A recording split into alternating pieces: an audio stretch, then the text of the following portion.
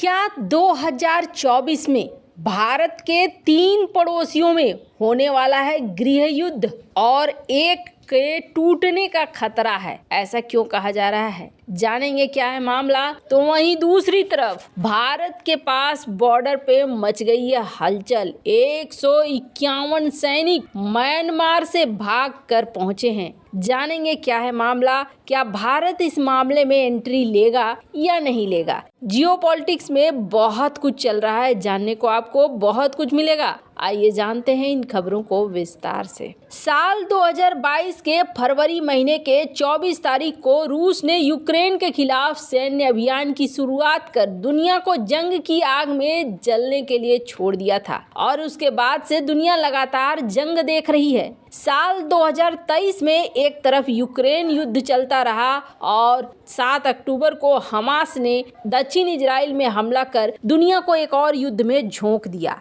7 अक्टूबर के बाद की दुनिया बदल चुकी है और इजराइल लगातार गाजा पट्टी पर बमबारी कर रहा है। मकसद साफ है, हमास का नामो निशान मिटाना। लेकिन इजराइल और हमास के बीच जारी इस जंग में 20,000 से ज़्यादा लोगों के मरने का दावा किया गया है। लेकिन डरने की बात यह है कि न सिर्फ अगले साल इन दोनों लड़ाइयों के जारी रहने की आशंका है, बल्कि कई और नई लड़ाइयाँ भी शुरू हो सकती है। कम से कम 2 जंग तो भारत के पड़ोस में छिड़ सकती है। आइए जानते हैं भारत के पड़ोस के अलावा कौन कौन से देश हैं जो साल भर सुलगते रहे हैं और जहां कभी भी गृह युद्ध छिड़ सकता है। 1 फरवरी 2021 को म्यांमार की सेना ने देश की चुनी हुई सरकार का तख्ता पलट कर दिया था और उसके बाद से भारत का ये पड़ोसी लगातार गृह युद्ध की आग में जल रहा है। म्यांमार 2021 में अराजकता की स्थिति में उस वक्त आ गया जब सैन्य तख्तापलट ने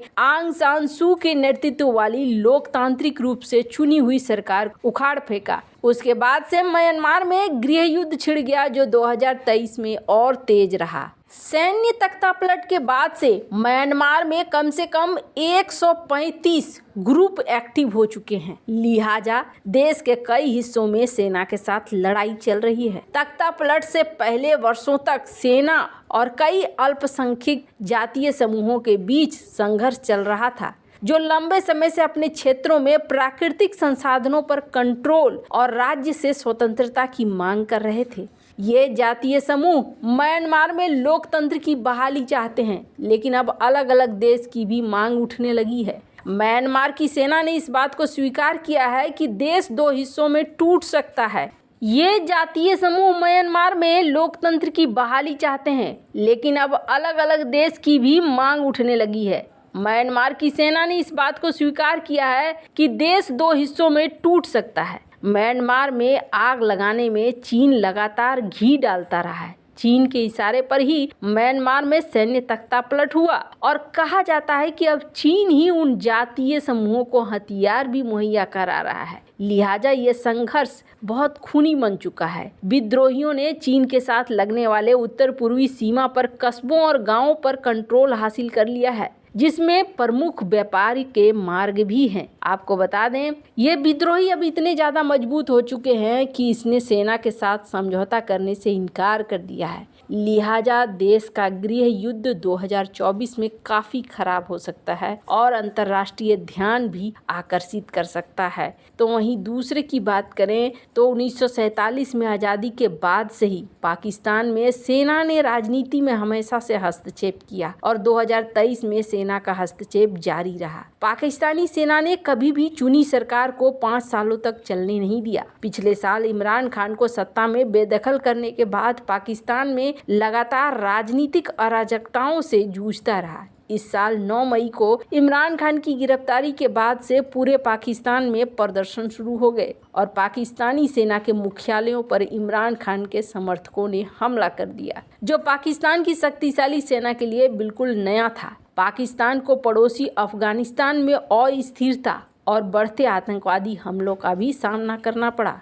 संघर्षरत अर्थव्यवस्था, 2022 की विनाशकारी बाढ़ से चल रही लागत के कारण सुरक्षा चुनौतियां और भी खतरनाक हो गई हैं। अब 8 फरवरी 2024 में चुनाव होने की उम्मीद है, जिसके बाद अंदाजा लगाया जा रहा है कि यहाँ पर भी अब कई लोग हैं जो कुर्सी पर नजर बनाए हुए हैं और अगर पाकिस्तान में भी कुर्सी हस्तांतरित नहीं होती है तो आप समझ लीजिए नागरिक विद्रोह छिड़ सकती है। वहीं श्रीलंका की बात करें तो श्रीलंका में कुछ हद तक स्थिरता तो आ गई है, लेकिन 2024 के अंत तक श्रीलंका में भी चुनाव होने हैं और चुनाव के बाद ही दिखेगा कि आखिर आगे श्रीलंका स्थिर रहेगा या फिर नहीं रहेगा। अब म्यांमार की जरा बात करते हैं तो म्यांमार के 151 सैनिक अपनी जान बचाने के लिए भागकर भारत आए। असम राइफल्स के एक अधिकारी ने शनिवार को कहा है कि म्यांमार में सैनिकों के शिविरों पर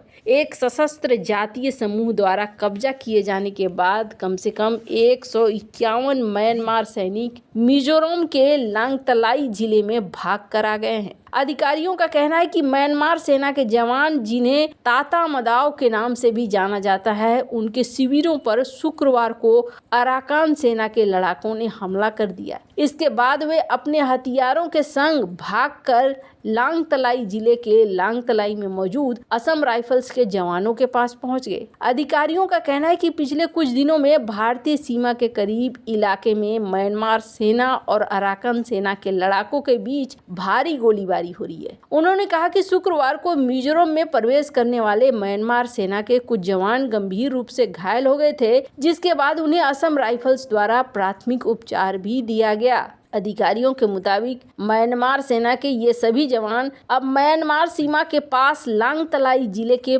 पूर्व में असम राइफल्स की हिरासत में सुरक्षित हैं। उनका कहना है कि म्यांमार के सैनिकों को कुछ दिनों में उनके देश वापस भेज दिया जाएगा और विदेश मंत्रालय और म्यांमार के सैन्य सरकार के बीच में बातचीत चल रही है। आपको बता दें, ये पहली बार नहीं है जब इतनी बड़ी संख्या में म्यांमार के सैनिक जान बचाने के लिए भारतीय क्षेत्र में पहुंचे हैं। इससे पहले नवंबर में म्यांमार भारत सीमा पर लोकतंत्र समर्थक मिलिशिया पीपुल्स डिफेंस फोर्स द्वारा उनके शिविरों पर कब्जा करने के बाद कुल 104 म्यांमार सैनिक भागकर मिजोरम आ गए थे। इसके बाद उन्हें भारतीय वायुसेना द्वारा हवाई मार्ग से मणिपुर के मोरेह लाया गया था, जहां से वो अंतर्राष्ट्रीय सीमा पार कर म्यांमार के निकटतम सीमावर्ती शहर तमू में चले गए। म्यांमार सेना पर हमला करने वाली अराकान सेना बीते एक दशक में म्यांमार में सबसे शक्तिशाली जातीय समूह बनी है। पड़ोसी देश म्यांमार के साथ भारत का 1640 किलोमीटर लंबा बॉर्डर लगता है। अगर मिजोरम की बात करें तो म्यांमार के चीन प्रांत के 510 किलोमीटर लंबी सीमा लगती है। मार्च तक के आंकड़ों के अनुसार मिजोरम में म्यांमार से आए 31,500 शरणार्थी रहे हैं। राज्य गृह विभाग के अनुसार मिजोरम के सभी 11 जिलों में म्यांमार से आए लोग हैं। भारत और म्यांमार की सीमा से इधर उधर जाना बेहद आसान है। बॉर्डर के दोनों तरफ 25 किलोमीटर तक जाने की छूट है। ऐसे में म्यांमार से लोग आसानी से भारत पहुंच जाते हैं। आपको बता दें, स्क्रीन पर एक आर्टिकल देख सकते हैं। चाइना ने अपने लोगों को खास तौर पर इस वक्त बंदिश लगा दी है और कहा है आप बॉर्डर वाले इलाकों से हट जाएं। खैर, इन सब मामले में आपकी क्या राय है, कमेंट कर जरूर बताएं। जल्द मिलते हैं अगले वीडियो में नई खबर के साथ।